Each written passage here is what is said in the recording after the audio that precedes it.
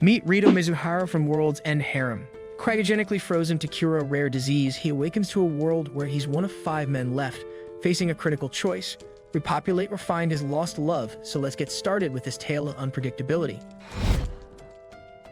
A woman takes Rito into a private room with a two-way mirror. On the other side of the mirror, he sees rows of completely naked women standing before the woman asks him to choose. The year is 2040.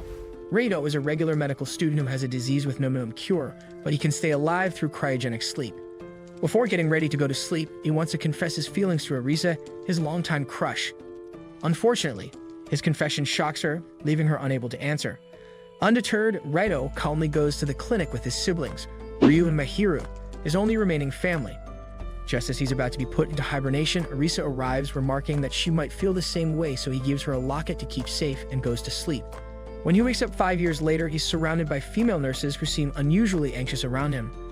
A woman who is apparently his attendant introduces herself as Mira and tells him it's 2045 before taking him to see a doctor, only for Rito to discover that his personal doctor has passed away. As they're going, Mira explains that the MK virus is a lethal disease that wiped out nearly all males, leaving only a few immune men, after which the world has collapsed and technology has fallen behind. What? Rito, one of the few surviving men, is expected to rapidly have children to prevent human extinction. But he doesn't want to sleep with many women because he's devoted to Arisa. What? Are you serious? Mira informs him that his brother, Ryu, contracted the virus and had to be frozen, and that Arisa has been missing for 3 years, so he decides to look for her. Rito proposes to ask Mira to give him a month to find Arisa, which she agrees to, but warns him that while he searches, a different woman will be sent to his room each night to try to seduce him, although if he agrees to mate with those women, that would save them a lot of trouble. Bitch, bet. Motherfucker, bet. In a separate section of the same facility, there's a man called Number 1, whose real name is Kyoji Hino. He's one of the few men resistant to the MK virus and was the first to wake up from cold sleep. Unlike Rito, Kyoji has fully accepted this new world, enjoying his immunity by sleeping with up to 10 women each day. As he's getting a massage, his assistant arrives to inform him that it's mating time. She asks who will choose today, so she suggests the actress he's watching. Later, the actress nervously enters his room and lies down on the bed as he excitedly remarks that this world is the best.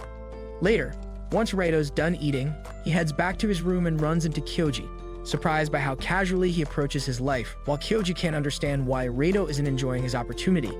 As Kyoji leaves, Rito goes to take a shower to clear his head, but suddenly Akane, the woman Mira had promised to send, shows up unclothed in the shower and tries to seduce him with wine him before Rito abruptly falls unconscious.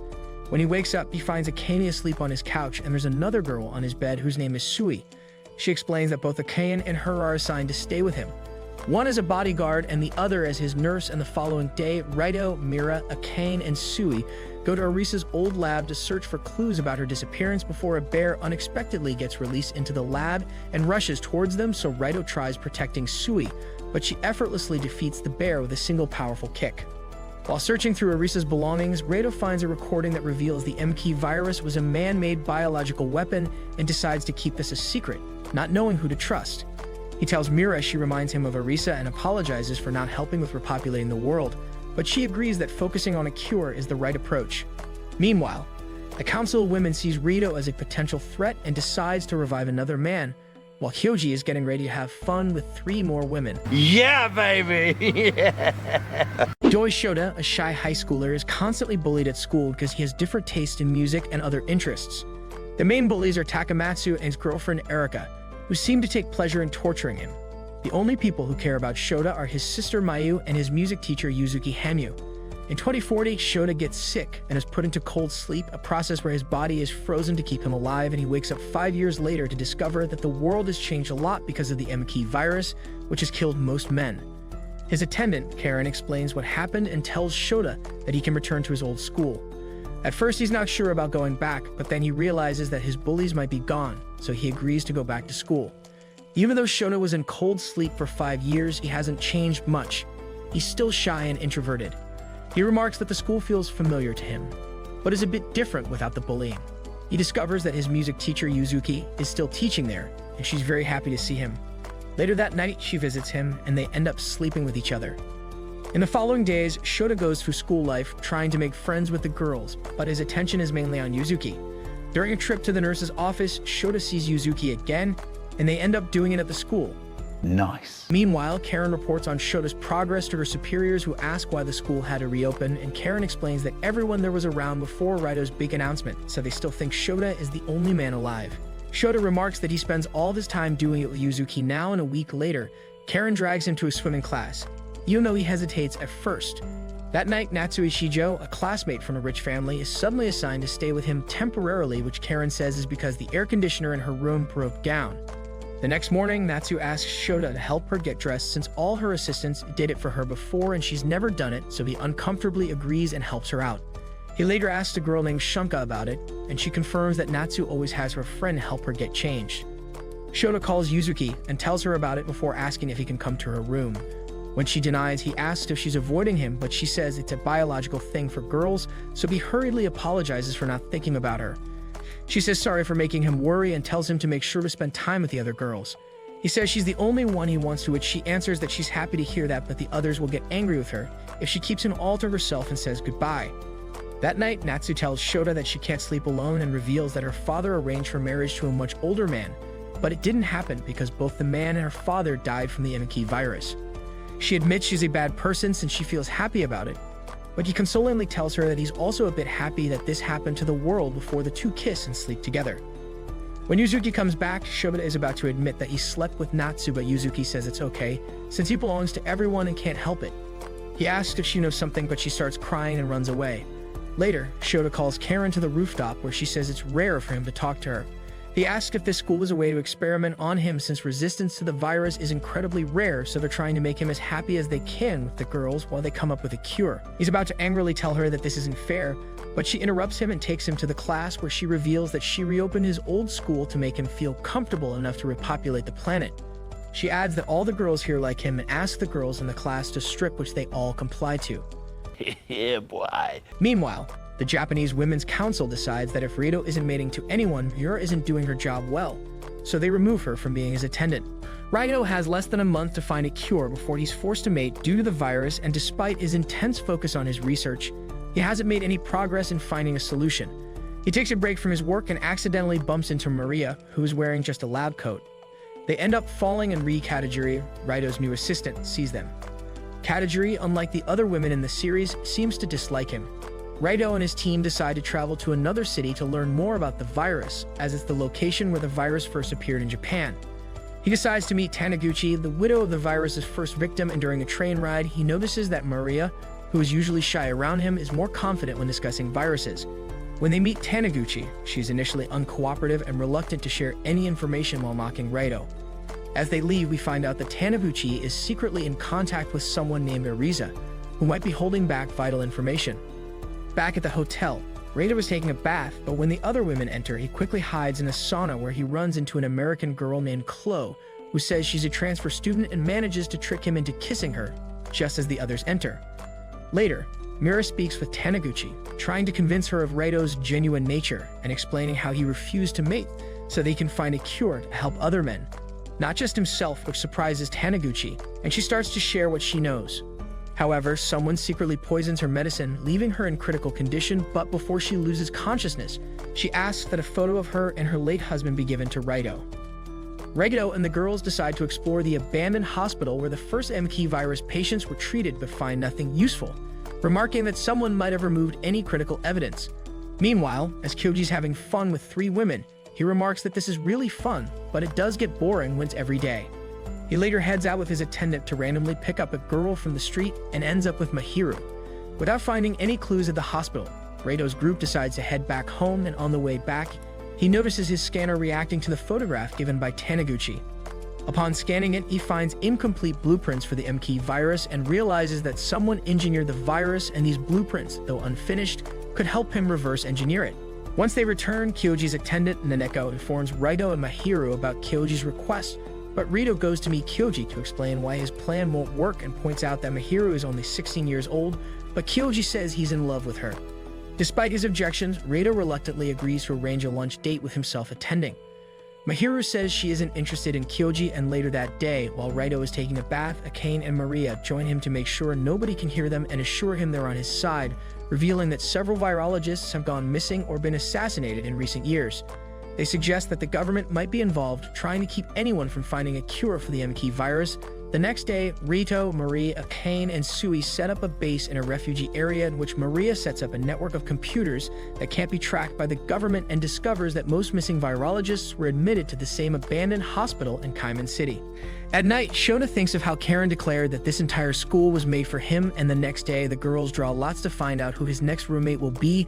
The winner of the lots this time is Rika Yanaji, who visits him in the bathroom to have some fun, but he has flashbacks of the time when he was bullied and hurriedly runs away to the teacher's lounge, his secret hiding location from the bullies, where Shumka comes there as well and reveals how this was her spot too. She asks about his injuries from the bullies and reveals how she too was bullied when she was in middle school, seeing which the two realize that they're the same. She asks him to show her his injuries too, and they end up doing it in the room. He later brings her to his room, but sees that Rika is already there. She says it's her turn this week and starts arguing with Shumka, confusing him. He runs outside and tries calling Yuzuki to get some advice, but she doesn't pick up. He runs into a girl, Akira Todo, who asks if his injury is healed yet and says she'll do anything to make it up, so he flatly asks her to roll up her shirt and ends up touching her chest before embarrassingly running away. The next day, Todo locks him up in a locker room and does it with him before profusely apologizing, but he inwardly admits that he didn't mind. Later, Karen makes a new arrangement where a girl will be assigned as his servant daily, with their payment being a kiss from Shota. As promised, after kissing Rika, he trips and scrapes his hand and is taken to the school nurse. Even after getting the required medicine from the nurse, Karen still orders Ichijo, Shumka, and Todo to do it with him at the same time. At night, Karen informs him that Yuzuki has transferred schools for family reasons, after which he becomes much more aggressive with the girls. One day, Karen announces that they have a transfer student, and he's shocked to see that it's Hoshino Cheyenne. It's revealed that Hoshino Cheyenne was one of the girls who ignored Shota when he was being bullied and even seemed to enjoy seeing him getting bullied. Karen explains that Cheyenne had wanted to become an actress. However, because of the MK virus, her only chance at success now depends on getting close to Shota. Shota remarks that he's still angry about how she used to ignore him, and to humiliate her, he forces her to come to class in her underclothes and orders her to come to the rooftop, where he makes some of the other girls watch as he does it with her. He later asks Karen to find someone and bring her to him, so she brings Erika, the girl who used to bully him, bound in chains, and he furiously orders her to lick the wounds he suffered because of her and her boyfriend. Shota's schedule now includes doing it with a different girl each day. If he grows tired of the current one, new ones are lined up to take her place. Later at night, another girl visits him and is worried about doing it in front of Erika, but he tells her to not worry about that and does it with her. He wakes up at midnight to see Erika heavily breathing before she desperately asks him for her medicine. He shows it to her, but instead of giving it to her, he places it on his tongue and tells her to get it. She reluctantly gets closer to him before he forcefully kisses her to give it to her mouth to mouth. In the morning, Shoto kisses a girl in his class and tells her to meet him in his room at night, but she blushes and says she can't due to some problem. Later that night, the same girl talks with Arisa, who says they might be planning to kidnap Shoto. Meanwhile, Raito and his team decide to return to the abandoned hospital to search for more information about Arisa and the MK virus. During their exploration, Shui accidentally breaks a wall, uncovering an air duct which they crawl through to discover an underground laboratory, possibly where the MK virus was created, but their investigation is interrupted by a group of women who attack them. Luckily, Chloe, also known as Miss Mansfield, arrives with her team of mercenaries and takes out the attackers, rescuing Raito's group just as the hospital explodes from a hidden time bomb. As the dust settles, several other explosions occur at locations where the men are kept. Later, Shota dreams of Yuzuki before waking up in the hospital, where Karen tells him about the failed kidnapping attempt. Later, Karen tells Shota he's not the only man in the world, and there are 4 others, before admitting she wants to become powerful by becoming the head of the whole world and for him to be the #1 man, so he agrees to help her, and they shake hands while the girl from before tells Elisa that she wasn't able to get Shota. Chloe's team takes control of Japan and orders Kyoji to stop the men from enjoying themselves until the terrorists are dealt with, as Arisa and her group hack the airwaves to announce that they are Izanami, not terrorists, but rebels fighting the Umelia's plan to eliminate men and create a women-only world. She explains that the MK virus was designed to eliminate men and demand all men be turned over to them. After this broadcast, Raito's group decides Chloe is not trustworthy and plans to escape before rushing to his room to collect their things, but they find Karen and Shota, who now looks as if he had plastic surgery. In a flashback, it's revealed that Karen performed a procedure on Shota to give him a more mature appearance and remove his need for glasses. Meanwhile, Raito talks to Mira and asks her to escape with him, which she agrees to, but only if he sleeps with her, which he refuses. Suddenly, Miss Pope arrests them. Their original plan was to take Raito to Japan, but they had been told they were being taken to America, so Ri and Maria intervened by knocking her out, giving them a chance to escape to Mahiru's friends in the refugee camp. Meanwhile, at the United Women's headquarters, Shota and Karen make a deal with Chloe, a UNO agent, which lets him continue what he wants to do, while Karen begins ruling Japan. Raito's group later boards a ship owned by Izanami, heading toward Taiwan with Mira and Ri staying behind. As he's thinking of Mira, Mahiru brings him a tablet in which he has a call with Kyoji, who tells Raito he's braver than he looks. Raito apologizes for making him worry and says he wishes he could have come with them, but they had to act fast. Kyoji says this tablet's special since his lovely attendant Neneko prepared it for him, and it uses an underground connection that the Yubita can't detect before they say goodbye. Kyoji says he's worried about Raito and the ones who aren't here, so Neneko vows to protect the girls and hesitantly asks if he wanted to leave with him, but he denies this, opening up the pictures he has and remarks that he couldn't leave them all behind.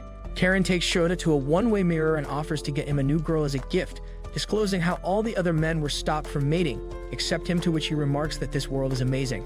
Meanwhile, when the ship arrives in Taiwan, Rita reunites with Ariza. Thanks for watching.